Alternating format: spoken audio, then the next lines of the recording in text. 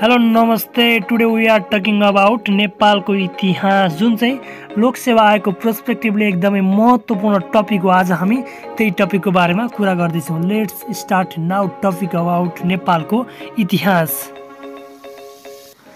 So guys, नेपालको इतिहासको बारेमा कुरा गर्नुपर्दा आज हामी नेपालको इतिहासको बारेमा प्राचीन काल, मध्यकाल जसलाई विखण्डन काल भनिन्छ र आधुनिक काल, यति तीनटा टपिकमा सेग्रिगेट गरेर हामी अध्ययन गर्नेछौँ। अध्ययन गर्ने भन्दा पनि यसलाई घोक्ने भन्दा पनि आज हामी एटलिस्ट बुझ्ने प्रयास गर्नेछौँ नेपालको इतिहास।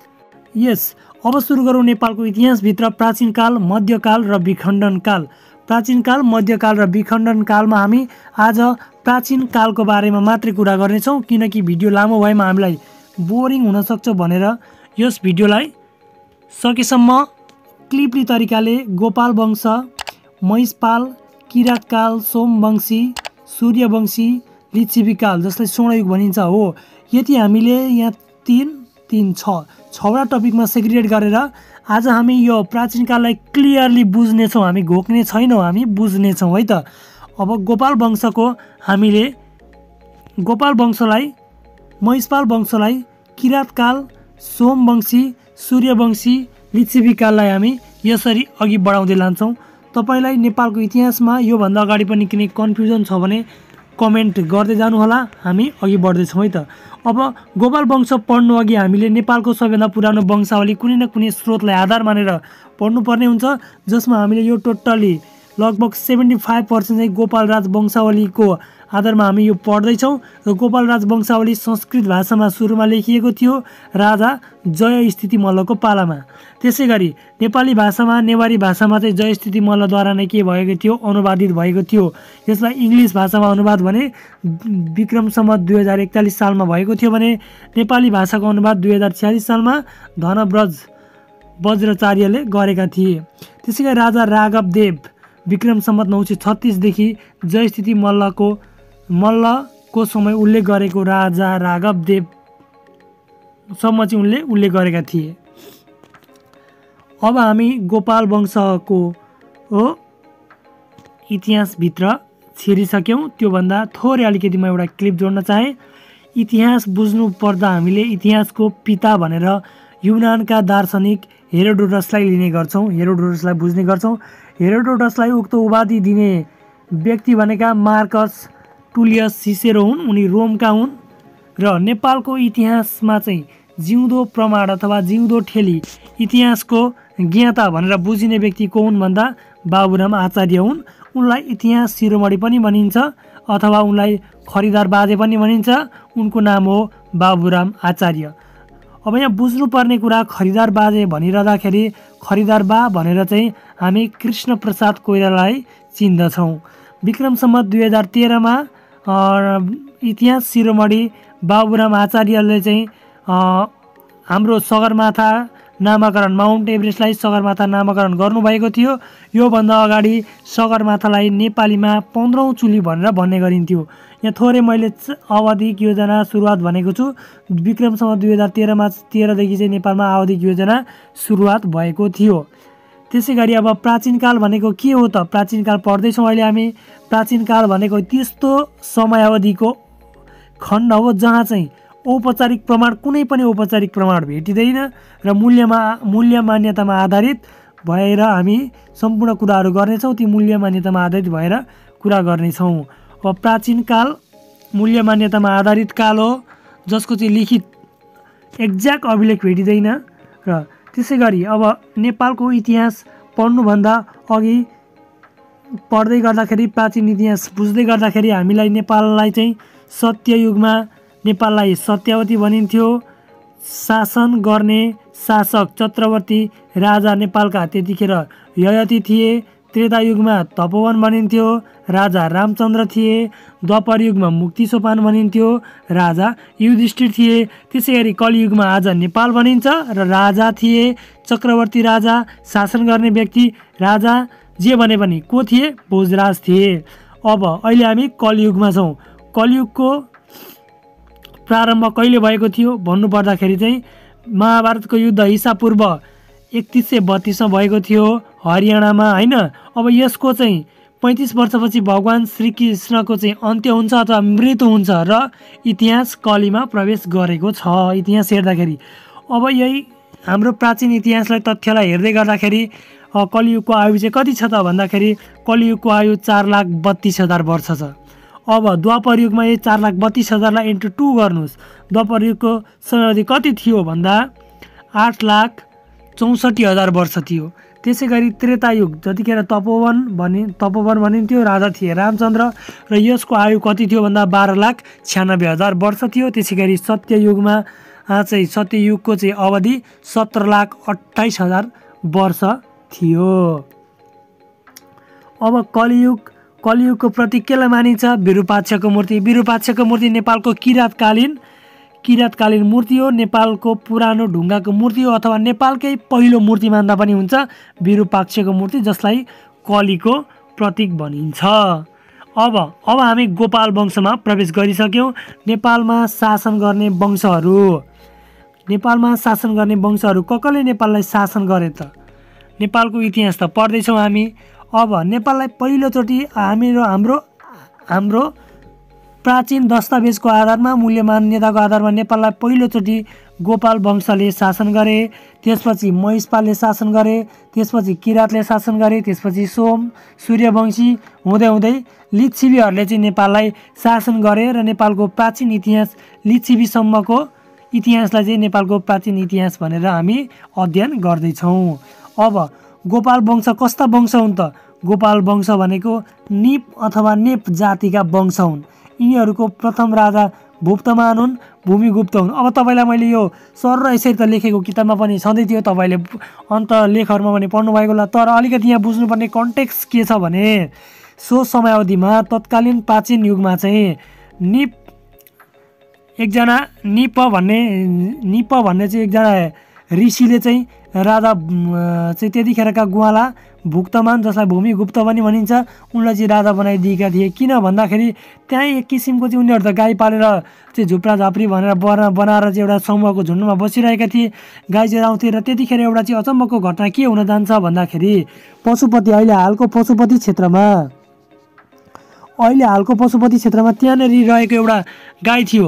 त्यो गाईको नाम चाहिँ के छ भन्दा इतिहासमा उल्लेख गरिन्छ बौद्री नामको गाईले चाहिँ दुध दिन छोड्यो, आकाशमा दुध दिन छोड्यो र त्यसका गोठाला थिए भुक्तमान, र उनले चाहिँ खैला बैला मचाए। यो गाईले धेरै दिनदेखि यसरी दुध दिन छोडिरहेको छ, यसको कारण के होला भनेर चाहिँ ऋषिमुनिहरूलाई भनिसके पश्चात ऋषिमुनिहरूले हेर्दै जाँदाखेरि त्यो गाईले चाहिँ एउटा चाहिँ जङ्गलको बिचमा एउटा सानो ढुङ्गो जस्तो देखिएको ठाउँमा चाहिँ लगेर दुधको वर्षापात गराउँदो रहेछ। हो, त्यसरी दुधको वर्षापात गराइरहेको कारणले गाईले दुध दिन छोड्छ र त्यो हेर्दाखेरि त्यहाँनिर त्यो दुध कहाँनिर चुहिएको रहेछ, कहाँ वर्षापात भएको रहेछ भनेर ऋषिमुनि लगेर हेर्दाखेरि त्यहाँनिर शिवको ज्योतिर्लिङ्ग फेला पर्छ र त्यो सोही शिवको ज्योतिर्लिङ्गलाई हालसम्म कलियुगसम्म आइपुग्दा पशुपतिनाथको नामले पुकारिन्छ। हो, सो कारण नेपालमा पशुपतिनाथको स्थापना भएको काल पनि गोपाल वंशकै काल हो, प्राचीन काल हो। र सोही कारणले उक्त गोठाला गुवाला को थिए भन्दा भुक्तमान थिए र भुक्तमानलाई त्यो एरिया सम्पूर्ण आवाज क्षेत्रको भूमिको चाहिँ मालिक बनाएको हुनाले, भूमिको गुप्त भएको हुनाले उनलाई भूमिगुप्त पनि भनिन्छ। र प्रथम राजा को हुन् भन्दा अब भुक्तमान। शासन केन्द्र कहाँ थियो भन्दा कीर्तिपुर, हालको कीर्तिपुरको माता तीर्थमा शासन केन्द्र थियो र यसका अन्तिम राजा थिए यक्षगुप्त। अब गोपाल राजवंशावली अनुसार 8 पुस्ताका राजाले 507 वर्ष 4 महिना शासन गरे भनिन्छ। र त्यसै गरी राइट वंशावली अनुसार राइट भनेको विलियम कर्कपेट्रिक राइट वंशावली अनुसार 8 पुस्ताका राजाले 521 वर्ष शासन गरे भनिएको छ। राजाहरू एउटा राजा भुक्तमान भइहाले, पहिलो राजा भुक्तमान, अन्तिम राजा यक्षगुप्त भए। अब दोस्रो, तेस्रो, चौथो जय धर्महर्ष भीममणि विष्णु यक्षगुप्त, उनलाई जिनगुप्त पनि भनिन्छ। यिनी अन्तिम राजा हुन् कुन वंशका? गोपाल वंशका। हो, यसरी के हुन्छ भन्दा एवं रीतले गोपाल वंश चाहिँ यक्षगुप्तसम्म आएर सकिएको हुन्छ। अब यक्षगुप्तपछि शासन गर्ने कसको छ त? कसले शासन गर्यो, के भएर गर्यो, हामी विस्तारमा भन्दै गर्दैछौँ। त्यसै गरी पशुपतिनाथको ज्योतिर्लिङ्गको चाहिँ वास्तविक नाम भृङ्गेश्वर भनेर भनिन्छ। अब यो गोपाल वंश को कालमा चाहिँ के हुन्छ भन्दा मानव बस्तीको सुरुवात हुन्छ। पशुपतिनाथको ज्योतिर्लिङ्ग बृङ्गेश्वर महादेवको स्थापना हुन्छ र यसका अन्तिम राजा गोपाल वंशका अन्तिम राजा यक्षगुप्त हुन्छन्, जसलाई चाहिँ जिनगुप्त पनि भनिन्छ। अब यहाँ जिनगुप्त र यक्षगुप्तमा थोरै विवाद छ। कसैले जिनगुप्त भनेका छन्, कसैले यक्षगुप्त भनेका छन्। र अब हाम्रो महिषपाल सुरु हुन्छ र महिषपाल चाहिँ अन्तिम राजा गोपाल वंशका अन्तिम राजा यक्षगुप्त अथवा जिनगुप्तको युद्ध चाहिँ महिषपाल अथवा आहिर अथवा आविर वंश भनिन्छ, जसलाई उनीहरूका प्रथम राजा अथवा त्यतिखेरका सिपाही, त्यो झुन्डका सेना, त्यो झुन्डका नायक बरसिंह, जसलाई भुलसिंह पनि भनिएको छ इतिहासमा, र बरसिंह अथवा भुलसिंहले चाहिँ यक्षगुप्त अथवा जिनगुप्तलाई चाहिँ पराजित गरी महिषपालको चाहिँ शासन सुरुवात गरेका थिए। र बरसिंह अथवा भुलसिंहले 41 वर्ष शासन गरेका थिए। जयसिंह जुन चाहिँ दोस्रा राजा थिए महिषपाल वंशका, र उनले चाहिँ 71 वर्ष 2 महिना, यहाँ वर्ष भएछ 71 वर्ष 2 महिना शासन गरे। त्यसै गरी अन्तिम राजा महिषपालका भुवन सिंहले 49 वर्ष, जम्मा गरी 161 वर्ष 2 महिना चाहिँ गोपाल राज वंशावलीका अनुसार महिषपालले शासन सञ्चालन गरे। अब कर्कप्याट्रिक वंशावली अनुसार चाहिँ कर्कप्याट्रिक इतिहासको दस्तावेज हो यो पनि, यो अनुसार चाहिँ 111 वर्ष कसले शासन गर्यो भन्दा महिषपालले शासन गर्यो। हामी विभिन्न कतै 161 वर्ष, कतै 161 वर्ष 2 महिना लेखेको पाउँछौँ, कतै 111 वर्ष पाउँछौँ।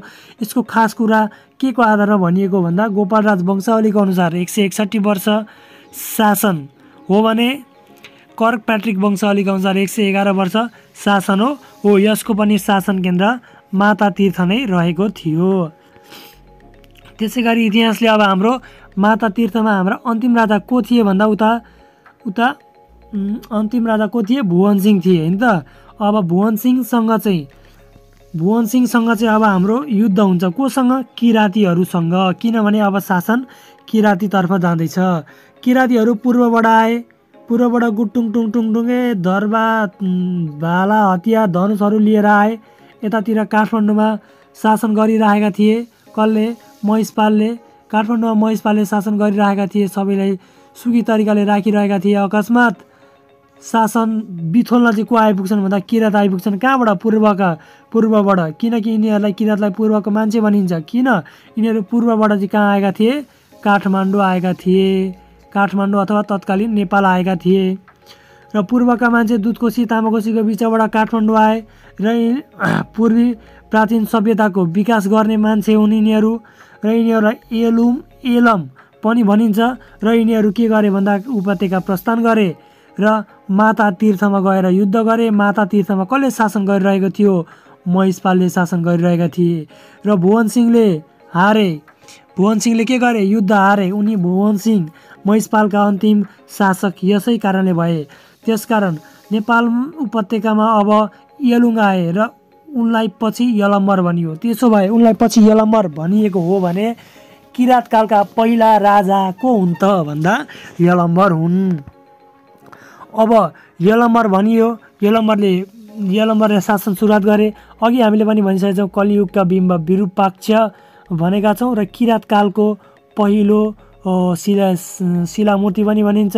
अब यलम्बरको पूर्णकदको शालिग शङ्खसभामा छ भनिएको छ। शङ्खसभामा नै छ। अब यो विरूपाक्षको चाहिँ अलिकति मैले थोरै तपाईँलाई हिस्ट्री थोरै भने किनकि सम्झिन सजिलो हुन्छ।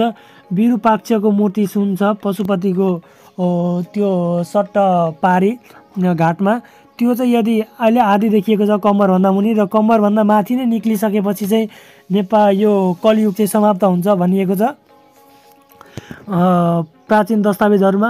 अब किरातकाललाई चाहिँ पूर्वको मान्छे भन्यौँ। अब किरातकालका किरातीहरू हाङ वंशीका थिए। यिनीहरूको ग्रन्थ मुन्धुम हो। कला र संस्कृतिको प्रारम्भ गर्ने वंश नै किरात वंश हो। विरूपाक्षको मूर्ति यही कालमा बनेको सबैभन्दा पुरानो। शासन अवधिको कुरा गर्दा राइट वंशावली अनुसार 29 पुस्ताका राजाले 118 वर्ष शासन गरे।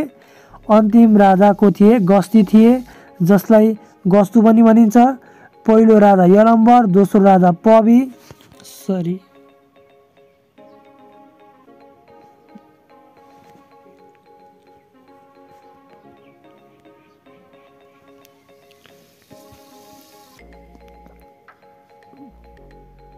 पहिलो राजा यलम्बर, दोस्रो पवि, तेस्रो स्कन्दर, चौथो बलम्ब, पाँचौँ हुनत्तर हुमती जसलाई हुती पनि भनिन्छ, छैटौँ हुमतीसम्म शासन गर्दै एवं विजय शासन गर्दै आए। र छैटौँ राजा हुमतीको पालामा घनघोर रूपमा चाहिँ के हुन्छ, महाभारतको युद्ध हुन्छ। महाभारतको युद्ध कहिले ईसापूर्व 3132 अथवा कतै 37 पनि लेखिएको छ, हामी दुइटै याद गरिदिउँ। 3137 मा त्यसको चाहिँ 35 वर्षपछि जुन महाभारतको युद्ध चाहिँ 18 दिन चलेको थियो हालको हरियाणामा होइन, हो त्यसको 35 वर्षपछि श्रीकृष्णको मृत्यु भएको कुरा भन्यौँ। र गौतम बुद्धको जन्म भयो श्रीकृष्णको मृत्युपछि कृष्ण केही अवतारको रूपमा, विष्णु अवतारको रूपमा। कोब्रा र 5 पाण्डव बीच भएको उक्त युद्ध 18 दिन कुरुक्षेत्रमा चलेको थियो र नेपालको तर्फबाट भाग लिन चाहिँ सत्यको पक्षमा गएका थिए जितेदास्ती र उनले अर्जुनको तर्फबाट चाहिँ युद्ध लडेका थिए। र 7औँ राजा हुमतीको पालामा महाभारतको युद्ध भएको थियो। कौरव र 5 पाण्डव बीच भएको थियो, 18 दिन चलेको थियो। र अघि उता हाम्रो महाभारतको युद्धमा सहभागी हुने व्यक्ति हुमतीका छोरा जितेदास्ती अब 7औँ राजा हुन्छन् हुमतीको मृत्यु पश्चात। अब यही पालामा यही समय यहाँ गौतम बुद्धको नेपाल उपत्यकामा आगमन हुन्छ र स्वयम्भूनाथको दर्शन गरेर उनी फर्किन्छन्। स्वयम्भूनाथ नेपालको सबैभन्दा प्राचीन मन्दिर पनि भन्न सकिन्छ, किनभने गौतम बुद्ध त्यो समयका व्यक्ति चाहिँ दर्शन गर्न स्वयम्भूनाथ आएका थिए। स्वयम्भूनाथको प्राचीन सबैभन्दा मन्दिर, स्वयम्भूनाथ नेपालको सबैभन्दा प्राचीन मन्दिर जुन स्तूप शैलीमा बनेको छ। दुईटा आँखा छन्, दुईटा आँखामा एउटा आँखाले करुणा र अर्को आँखाले ज्ञान बताउँछ। अब 14औँ राजा, 7औँदेखि हामी सिधै जान्छौँ 14औँ राजा। यतिखेरसम्म हाम्रो किराती राजा, पहिलो राजा यलम्बरदेखि 14औँ राजासम्म आइपुग्दा पनि हाम्रो शासनकालको कुरा आएको, शासन क्षेत्रको कुरा आएको छैन र शासन स्थान चाहिँ अहिलेसम्म हामी माता तीर्थ नै भनेर बुझिरहेका छौँ। अब 14औँ राजा स्तुङ्गोको पालामा नेपालमा पहिलो पर्यटक अशोक सम्राट आउँछन्। आफ्नो राज्याभिषेकको 20 वर्ष पुगेको उपलक्ष्यमा मौर्य वंशी अशोक सम्राट छोरी चारुमतीसँगै नेपाल प्रवेश गर्छन् र उनी छोरी चारुमतीसँगै नेपाल प्रवेश गरेर लुम्बिनीमा के गर्छन्, लुम्बिनी भ्रमण गर्छन्। लुम्बिनी भ्रमण गरेर अशोक स्तम्भ खडा गर्छन्। नेपालको सबैभन्दा पुरानो स्तम्भ पनि अशोक स्तम्भ हो, जसको उचाइ 41.5 फिटको रहेको छ। त्यहाँ अशोकले एउटा लिपि, एउटा अभिलेख छोड्छन् र त्यो लिपि ब्राह्मी लिपिमा छ। यो सबैभन्दा पुरानो लिपि हो जसलाई देवनागरी लिपिको मूल भनेर चिनिन्छ। प्रयोग गरिएको भाषा थियो यसमा पाली। ब्राह्मी लिपिलाई अशोकी लिपि, धम्मलिपि पनि भनिन्छ। ब्राह्मी लिपिको विकास सिन्ध घाटीको सभ्यताबाट भएको हो। अब यसरी अशोक सम्राट चाहिँ ईसापूर्व 250 मा नेपाल आइसकेपछि, ईसापूर्व 250 मा नेपाल आइसकेपछि उनले चाहिँ त्यस क्षेत्रमा रहेका नागरिकहरूलाई चाहिँ, जनताहरूलाई चाहिँ 1 लाख सुनको असर्पी स्वरूप प्रदान बक्सिस गरेर त्यहाँ रहेका सम्पूर्णलाई चाहिँ ऋणमुक्त गराइदिएका थिए भन्ने पनि इतिहास रहेको छ। र उनले आउँदा छोरी चारुमतीलाई पनि लिएर आएका थिए। छोरी चारुमतीको पछि नेपालका राजकुमार देवपालसँग चाहिँ विवाह गराइदिन्छन् र मौर्य वंशी सम्राटकी छोरी चारुमती र देवपालको विवाह पश्चात चारुमतीले देवपतन सहर बसाल्छिन् र देवपतनलाई देवपाटन पनि भनिन्छ। देवपाटनमा मानव बस्ती बसाउने श्रेय चारुमतीलाई जान्छ। चारुमती भने आफू चाहिँ चारु बिहारमा बस्थिन्। पहिलो नेपालको बिहार नै चारु बिहार हो। अब यहाँ हामीले बुझ्नुपर्ने कुरा केही छैन। अब बाँकी छ त त्यो जुन अशोक स्तम्भलाई आधार मानेर सन् 1896मा जर्मनका डाक्टर ए फ्युलरले लुम्बिनी प्रमाणित गरी गौतम बुद्धको जन्मस्थल यहीँ भएको थियो भनेर पुष्टि गरेका थिए। र 1978 मा जापानका केन्जो टाँगेद्वारा लुम्बिनी गुरु विकास योजना चाहिँ सञ्चालन गरिएको छ, जुन हालसम्म पनि कन्टिन्यू अवस्थामा रहेको छ। त्यसै गरी अब हामी 15औँ राजा जिग्रो, यसलाई कतै कतै जिब्रो पनि भनिन्छ तर यसको वास्तविक नाम जिग्रो। 14औँ राजा स्तुङ्गोको पालासम्म शासन केन्द्र माता तीर्थ नै थियो र 15औँ राजाको शासन केन्द्र चाहिँ माता तीर्थबाट गोकर्ण सरे। किन गोकर्ण सर्नु पर्यो भन्दैमा म भन्दैछु। अब गोकर्ण सर्नुको पनि कारण छ, किनभने अब 15औँ राजासम्म आइपुग्दा, 15औँ पुस्तासम्म शासनकाल आइपुग्दा कोही न कोही त हस्तक्षेपकर्ता भयो होला। हो, त्यही हस्तक्षेपकर्ताको दुःखले अथवा भनिन्छ चाहिँ प्राचीन इतिहासमा भनिन्छ सोमवंशीले आक्रमण उपत्यकाबाट चाहिँ विभिन्न स्थानबाट आक्रमण थालेपछि माता तीर्थमा चाहिँ शासन गर्न केही गाह्रो अनुभव भएर जिग्रोले चाहिँ शासन केन्द्र मातातिरबाट गोकर्ण सारे भनिन्छ। र 15बाट हामी 28औँमा जान्छौँ। 28औँ राजा पट्टुको। अब हामी 28औँ राजा 29औँ राजासम्म भनेका छौँ। 28औँ राजा पट्टुको। अब पट्टुका बाँधेर चाहिँ उनले सोमवंशद्वारा आक्रमणको प्रयास अझै फेरि 28औँमा आइपुग्दा फेरि के भए सोमवंशीद्वारा। अब 15औँदेखि 28औँसम्म आइपुग्दा सोमवंशी निकै शक्तिशाली भएर उपत्यका बाहिरका वरिपरिका क्षेत्रमा बसोबास गर्न थालिसकेका थिए र सोमवंशीद्वारा अब के भयो फेरि आक्रमणको प्रयास भयो र पट्टुकोले 28औँ राजा पट्टुकोले शासन केन्द्र गोकर्णबाट अब शङ्खमूल सारेर शङ्खमूल पुर्याए। किन शासनको सुरक्षा गर्न, आफ्नो शासनको चाहिँ सुरक्षा गर्न, किनभने आक्रमण सुरु भइसकेको थियो, अगाडिदेखि नै आक्रमण सुरु भइसकेको थियो। गोकर्ण सारेर 15औँदेखि 28औँ लगभग कति 8 पुस्तासँग चाहिँ शासन चाहिँ चलिसक्दाखेरि सुरक्षित ठाउँमा सारिसक्दाखेरि अब त्यो शासनले चाहिँ नपुग्ने भयो। त्यसरी 28औँ राजा पट्टुकोले आफ्नो शासन केन्द्र गोकर्णबाट शङ्खमूल पुर्याए। अब 29औँ राजा गस्ती पराजित भए। कोबाट? सोमवंशीबाट। प्रमाणित इतिहास अनुसार लिच्छवीबाट पराजित भयो भनिन्छ, तर पौराणिक इतिहास अनुसार सोमवंशीबाट 29औँ किराँती कालका 29औँ राजा गस्ती पराजित हुन्छन्। अब शासन केन्द्र 1देखि 14सम्म माथाचित्र माथातीर्थ र 15औँदेखि 27औँसम्म गोकर्ण र 28औँदेखि 29औँसम्म शङ्खमूल। तपाईँले यो देखेपछि अप्सन अनुसार आफ्नो एन्सर चाहिँ सही गर्नुहुन्छ भन्ने मलाई लागेको छ। र नोट, प्राचीन इतिहास अनुसार गस्तीलाई हटाउने सोमवंशी, तर प्रमाणित इतिहास अनुसार गस्तीलाई हटाउने लिच्छवी भनिन्छ। अब ए भनेको काठमाडौँ, यल भनेको पाटन, यो अझै बिस्तारै आउँदैछ।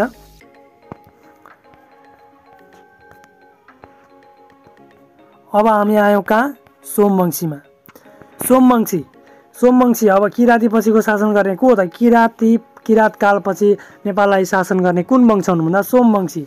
सोमवंशीको शासन केन्द्र चाहिँ अब उनीहरूले कहाँ बनाए? गोदावरी बनाए।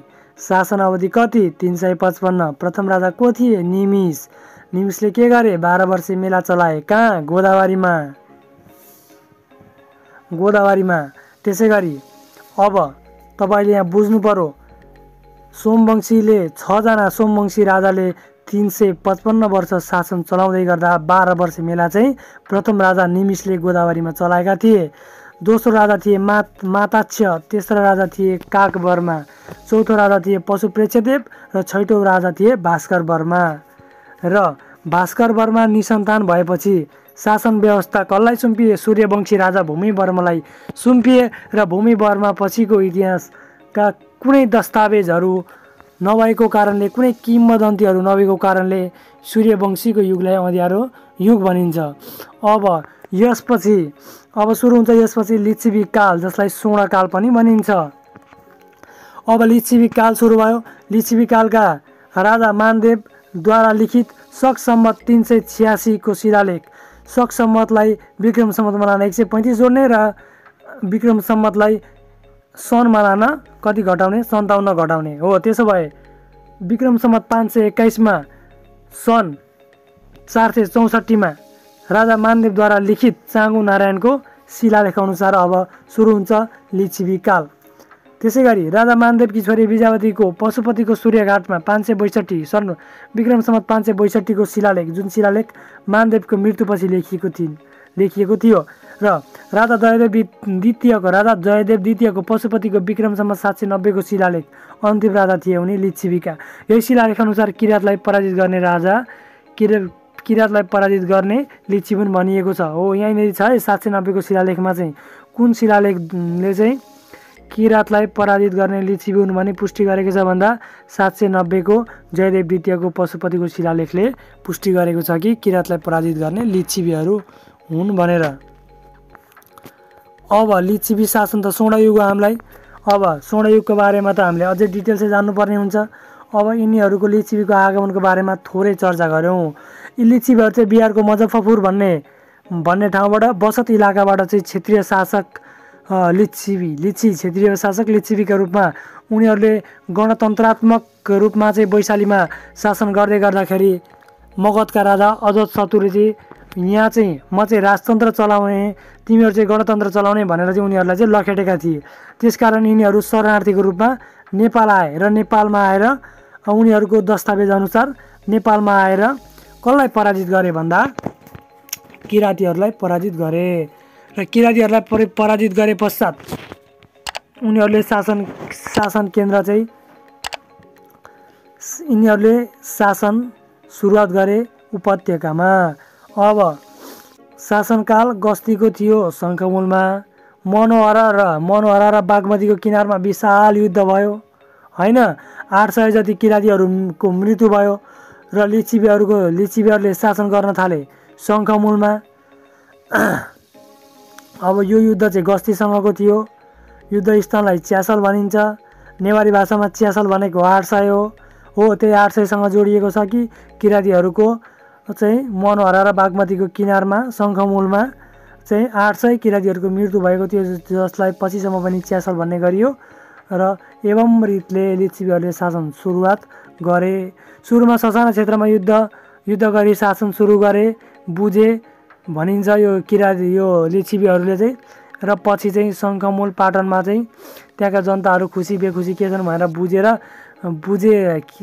त्यस पछाडि त्यो बुझिसकेपछि लिच्छवीहरूले चाहिँ त्यही किराँतीका जनता नागरिक जो शासित थिए उनीहरूलाई नै हातमा लिएर चाहिँ मिलेर युद्ध गरेर गस्तीसँग युद्ध गरेर चाहिँ उक्त किराँतहरूलाई चाहिँ हराएको भन्दा चाहिँ इतिहासका दस्तावेजहरूमा बुझिन्छ। अब लिच्छवीकालका प्रथम राजा जयदेव प्रथम, अन्तिम राजा जयदेव द्वितीय, यो त सबैलाई थाहा छ, जसले जय कामदेव पनि भनिन्छ। त्यसै गरी नोट पौराणिक इतिहास अनुसार यसको पहिलो राजा सुपुष्प, जुन उनी सूर्यवंशी थिए, जसलाई चाहिँ अयोध्याका राजा दशरथका सन्तानको रूपमा प्राचीन इतिहासमा उल्लेख गरेको पाइन्छ। अब सुपुष्पको बारेमा थोरै जानकारी। सुपुष्पलाई पौराणिक इतिहास अनुसार लिच्छवीको पहिलो राजा भनियो, तर लिखित अभिलेख अनुसार यसका पहिला राजा जयदेव प्रथम भनेर मैले भनिसकेँ। अब सुपुष्प को हुन् भन्दा सुपुष्पलाई आदिपुरुष भनिन्छ। यिनी पौराणिक इतिहास अनुसार प्रथम लिच्छवी राजा हुन्, तर प्रमाणित इतिहास अनुसार यिनी 12औं राजामा पर्छन्। श्रममा आधारित वर्ण व्यवस्था सुरुवात गर्ने राजा नै सुपुष्प हुन्। उनले चाहिँ ब्राह्मण, क्षत्रिय, वैश्य, शूद्र गरी 4 भागमा चाहिँ श्रममा आधारित वर्ण व्यवस्था सुरु गरे र वर्णाश्रममा आधारित समाज भनेर लिच्छवी समाजलाई चिनिन्छ। लिच्छवीहरूले आफूलाई चाहिँ क्षत्रियमा राखेका थिए, किनभने क्षत्रियको काम रक्षा गर्ने थियो। ब्राह्मणहरूको काम राजकाज चलाउने, क्षत्रियहरूलाई शासन गर्न सघाउने थियो। त्यसकारण उनीहरू ब्राह्मण थिए। उनीहरू पढे लेखेका, शास्त्रको ज्ञान भएका चाहिँ ब्राह्मण भए र शास्त्र सम्बन्धी कार्य गर्नेलाई ब्राह्मण भनियो। अस्त्रसँग काम गर्नेलाई क्षत्रिय भनियो र व्यापार गर्नेलाई वैश्य र यी तीनटै माथिका कामलाई सघाउनेलाई चाहिँ के भने उनले शूद्र भनेर उनले वर्णको चाहिँ श्रममा आधारित व्यवस्था गरे। र यी सुपुष्पले चाहिँ न्यायिक संरचनाको पनि विकास गरेका थिए र पशुपतिको देवालको निर्माण पनि गरेका थिए। पशुपतिको देवाल निर्माण कसको पालामा कसले गरेको थियो? सुपुष्पले। अब एवं रीतले जयदेव द्वितीय, हरिदत्त, वृषदेव, शङ्करदेव, सुपुष्प, धर्मदेव, मानदेव, मणिदेव, वसन्तदेव एवं रीतले शासन चाहिँ अघि बढ्दै जान्छ र राजा मानदेव ऐतिहासिक रूपमा प्रमाणित राजा, अघि मैले भनिसकेँ, शक सम्वत 386, विक्रम सम्वत 521 अथवा सन् 464 मा चाहिँ उनले लेखेको सागु नारायणको शिलालेखद्वारा उनलाई प्रमाणित राजाको रूपमा पुष्टि गरियो। त्यसो भए लिच्छवीकालका पहिला राजा को हुन् त? अप्सनमा आउन सक्छ। अब अप्सन अनुसार गर्ने। अब लिखित रूपमा हेर्दाखेरि, प्रमाणित रूपमा हेर्दा मानदेव आए, घरि जयदेव प्रथम आए, घरि को आए? सुपुष्प आए। तपाईँले विचार गर्नु होला। र शिलालेख लेख्ने चलन मानदेवले चलाए। शासन अवधि 521 देखि 562, 521 देखि 562, शासन अवधि 41 वर्ष शासन गरे। कहाँबाट शासन गरे? मानगृहबाट। विशालनगरमा थियो जुन मानगृहबाट उनले शासन गरे। अब राजा मानदेव भन्दा अगाडि यति नै राजा भनेर प्रमाणित इतिहास छैन। त्यसकारण राजा जयदेव द्वितीयको 590 को शिलालेखले मानदेव 17औं राजाको रूपमा चिनाएको छ। भनेपछि मानदेव कतिऔं राजा रहेछन्? 17औं राजा रहेछन्। अब राजा मानदेव भनेका पहिलो प्रमाणित राजा भए। शिलालेख लेख्ने चलन चलाउने राजा। नेपालको पहिलो प्रमाणित शिलालेख चाँगु नारायणको शिलालेख सक्सम 386 विक्रम सम्वत 521। चाँगु नारायणको मन्दिर बनाउने राजा। नेपालको पहिलो प्यागोडा शैलीको मन्दिर पनि चाँगु नारायणको मन्दिर, जुन भक्तपुर जिल्लामा अवस्थित, जहाँ भगवान विष्णुको पूजा गरिन्छ। भक्तपुर जिल्लामा अवस्थित भगवान विष्णुद्वारा पूजा, भगवान विष्णुको पूजा। प्राचीन इतिहास अनुसार भक्तपुरलाई के भनिन्छ? दोलाद्री पहाड भनिन्छ, दोलाद्री पहाड। अब उक्त मन्दिर मार्फत नेपालमा कलाको सुरुवात भयो। नेपालमा पहिलो प्यागोडा शैलीको मन्दिर बन्यो चाँगु नारायण, र उक्त चाँगु नारायण मन्दिरदेखि नै नेपालमा कलाको सुरुवात भयो। र पहिलो मुद्रा मानाङ्क जसलाई भोगिनी पनि भनिन्छ, जुन तामाको धातुले बनेको थियो, र त्यो निष्कासन गर्ने राजा पनि मानदेव नै थिए। नोट: नेपालमा धातुको प्रयोग प्रचलन लिच्छवी कालबाट या भनौँ मानदेवबाट भयो। नेपालमा तामाको धातुबाट विभिन्न वस्तु उत्पादन गरिन्थ्यो, जसलाई ताम्रकुटशाला भनिन्थ्यो। यो आएको प्रश्न हो। लिच्छवीकालीन उद्योग केमा आधारित छ? लिच्छवीकालीन उद्योगलाई के भनिन्छ भनेर आएको क्वेसन हो, जसको अप्सनमा ताम्रकुटशाला, तामाखानी समथिङ समथिङ रहेको थियो है त। अब यही कालबाट नेपालमा व्यापारको सुरुवात हुन्छ। व्यापारको सुरुवात गर्ने राजा पनि मानदेव हुन्, र व्यापारको सुरुवात गर्दाखेरि व्यापारिक संस्थालाई उनले सार्थ भन्ने नाम दिए भने व्यापारका नेतालाई सार्थवाह भन्ने नाम दिए। र मानदेवका 3वटी रानी थिए, गुणवती, क्षमासुन्दरी र श्री भोगिनी, र उनकी आमा थिइन् राज्यवती। उनलाई मानदेवले चाहिँ के त 7 वर्षको थिए मानदेव, राजाको मृत्यु भयो, अथवा राजालाई चाहिँ समातेर उनले शासन चलाएको पनि भनिन्छ, अथवा राजाको मृत्यु पश्चात रानी राज्यवतीलाई चाहिँ सती जानबाट रोकेर उनी आफू राजा भएका थिए भनिन्छ, र उनकी छोरीको नाम चाहिँ विजयवती हो, जसले चाहिँ राजा मानदेवको मृत्यु पश्चात 562 चाहिँ पशुपतिमा शिलालेख लेखेकी थिइन् भनेर अघि हामीले भनिसक्यौँ। यहाँ मैले प्यागोडा शैलीको मन्दिरको चिन्ह पनि दिएको छु तपाईँलाई। प्यागोडा शैली यस्तो हुन्छ। अब चाँगु नारायणको मन्दिर बनाइसकेपछि त्यहाँ पूजा गर्नु पर्यो। चाँगु नारायणको मन्दिरमा पूजा गर्नको लागि हामीले विष्णु भन्यौँ। अब सम्झिनको लागि मानव नाग र वासुकीको पूजा गर्न लगाए, चढाउन मानाङ्ग पैसा छापे, जुन तामाको थियो, र आफू मान गृहमा बसेर हेरिरहे। अब मानदेव पछि मानदेवका छोरा महिदेव राजा हुन्छन्, र उनी पनि मान गृहमा बसेर शासन गर्छन्। कति वर्ष? 1 वर्ष शासन गर्छन्।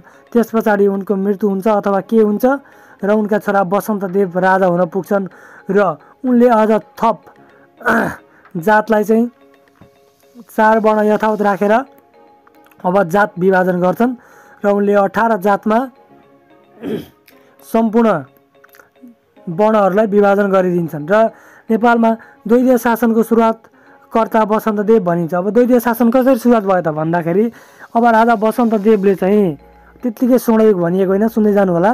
राजा वसन्तदेवले चाहिँ अब शासन व्यवस्थालाई अझ स्तरीय बनाउन, केन्द्रीकृत शासन प्रणालीलाई हटाई विकेन्द्रीकृत शासन प्रणाली लागू गर्न, अहिले जुन हाम्रो घर घरमा सिंहदरबार भनिन्छ नि, हो त्यस्तै तरिकाले चाहिँ आफ्नो शासन व्यवस्था लागू गरी जनतालाई सुख समृद्धि इच्छा भावना चाहना अनुरूप शासन सञ्चालन गर्नको लागि उनले चाहिँ आफ्नो शासनमा चाहिँ शासनको केन्द्रीकृत शासनलाई विकेन्द्रीकृत बनाउन सामन्तहरूको पद स्थापना गरी सामन्तहरूलाई गाउँ पठाए। हो, सामन्तहरूलाई गाउँ पठाए। सामन्तभन्दा तल्लो निकायहरू पनि खडा गरे, र पछि सामन्तहरूलाई एउटा केन्द्र नै के गरियो, शासनको सानो हिस्साको रूपमा चाहिँ विभाजन गरेर उनीहरूलाई जिम्मा लगाइयो। तर पछि सामन्तहरू चाहिँ के भयो भन्दा उनीहरूले छुट्टै राज्यको माग गर्न थाले। घरि नघरि के गरे, वसन्तदेव बराबरकै शक्ति चाहिँ उनीहरूले त्यहाँ रहेका उनीहरूको केन्द्रबाट चाहिँ त्यहाँ रहेका जनतालाई लाद्न खोजे। त्यस कारणले चाहिँ दोहोरो शासन सुरु हुन पुग्छ। एकातिर सामन्तको शासन, अर्कोतिर राजाको शासन। त्यसकारण वसन्तदेवलाई द्वैतीय शासनको सुरुवातकर्ता भनिन्छ। र यसै कारणले यही अवधिमा प्रशासनिक पदको सुरुवात पनि भयो। दूतक, महाप्रतिहार, सर्वदण्ड नायक, सामन्त जस्ता प्रशासनिक पदको चाहिँ के भयो, सुरुवात भयो। र उनले चाहिँ शासन व्यवस्था चाहिँ विकेन्द्रीकृत होइन विकेन्द्रीकृत गरी जनताको चाहना अनुरूप शासन गर्नुपर्छ, नेपालको जय हो, नेपालको भलो गर्नुपर्छ भन्ने क्रममा चाहिँ उनले त्यतिखेरको भाषामा स्वस्ति नेपालव्य, नेपालको जय होस् भनेका थिए। प्रशासनिक विकेन्द्रीकरण उनकै पालामा भएको थियो। नेपालमा वीरता प्रथा लागू गर्ने राजा पनि वसन्तदेव नै हुन्। वीरता भनेको चाहिँ के हो भन्दा राजाले आफ्नो विश्वासिलो पात्रलाई दिने जमिन, भूमि अथवा पुरस्कार भन्न सकिन्छ। अब वीरता प्रथा किन लागू गरे भन्दा उनले सामन्त पदको स्थापना गरेका थिए। जो सामन्तले राम्रो काम गर्छ अथवा प्रशासनिक पदको स्थापना गरेका थिए, जो प्रशासकले राम्रो कार्य गर्छ उसलाई बक्सिस स्वरूप वीरता दिने चलन पनि उनले चलाए। अब त्यसरी नै शासन हुँदै हुँदै शिवदेव प्रथमसम्म आइपुग्छ र उनलाई लिच्छवी कुलकेतु भनिन्छ। किन भनिन्छ सुन्दै जानुहोस्। सामन्तले त्यतिखेरसम्म के गरे, अत्याधिक दुःख दिन थालिसकेका थिए। एउटा शिवदेव प्रथमको पालासम्म आइपुग्दा सामन्तहरू अति चरम बिन्दुमा आइसकेका थिए र त्यहीमध्ये एक सामन्त थिए भौमगुप्त। भौमगुप्तले अझै राजालाई दुःख दिए, सामन्त समानान्तर शासन चलाउन थाले। यो घटना शिवदेव प्रथमले आफ्ना भान्जा श्री अंशुवर्मालाई सविस्तार गरेपछि भएका सबै सामन्तहरूलाई, भौमगुप्त लगायतका सामन्तहरूलाई अंशुवर्माले दक्षिणतर्फ खेदाए। भारततर्फ भनिन्छ, त्यतिखेर भारत थिएन, दक्षिणतर्फ खेदाए। त्यसपछि शिवदेव प्रथमले निर्वाध रूपमा आनन्दले शासन गरे र यो शासनकालमा भौमगुप्त लगायतका सामन्तहरूलाई चाहिँ दक्षिण पुर्याएपछि, दक्षिणतर्फ खेदाएपछि अंशुवर्मालाई कदर गर्दै भान्जालाई चाहिँ के गरे भन्दा राजाको रोल क्रममा अंशुवर्मालाई राखिदिए। कसले? शिवदेव प्रथमले। आफ्नो छोरा उदयदेवलाई के गरे? राखेनन्, किनभने छोरा काम नलाग्ने रहेछ, नभए त छोरालाई राखिहाल्थ्यो नि, होइन त, छोरा फन्टुस रहेछ। र सल्लाहकारमा अंशुवर्मालाई राखे र उपाधि दिए महासामन्त। सामन्तको पनि सामन्त, किनभने सामन्तलाई त खेदाए नि त उनले, हो त्यसकारण सामन्तको पनि सामन्त, महासामन्तको उपाधि कसले पाए भन्दा भान्जा अंशुवर्माले पाए। र सम्पूर्ण देशलाई 3वटा प्रशासनिक तहमा विभाजन गरे। अघि चाहिँ सामन्तलाई जिम्मा लगाएका थिए, त्यसले नहुने रहेछ भनेर शिवदेव प्रथमले सम्पूर्ण देशलाई चाहिँ तीनटा प्रशासनिक तहमा विभाजन गरे। ग्राम, तल, द्रोङ्ग भनेर विभाजन गरे। ग्राम भनेको गाउँ, तल भनेको विकसित बजार, विकसित सहर, द्रोङ्ग भनेको चाहिँ व्यापारिक सहरहरूलाई चाहिँ द्रोङ्ग रूपमा चाहिँ के गरे, विस्तार गरेर कीर्तिपुरमा मानव बस्ती पनि बसाले शिवदेव प्रथमले। कीर्तिपुरमा मानव बस्ती बसाल्ने राजा शिवदेव प्रथम र प्याज र लसुनमा लाग्ने कर चाहिँ खारेज गरे शिवदेव प्रथमले। र त्यसै गरी विक्रम सम्वत 662 मा राजा विक्रम सम्वत 662 मा राजा अंशुवर्मा हुन्छन् र उनको निधन 678 मा हुन्छ। विक्रम सम्वत जम्मा 16 वर्ष शासन गरे अंशुवर्माले र हो यही 16 वर्षको शासनको अवधिलाई लिच्छवी कालको स्वर्णयुग भनिन्छ। र मर्नु अघि नै शासन उत्तराधिकारी अथवा महाराज धीराज घोषणा गरे। कसलाई?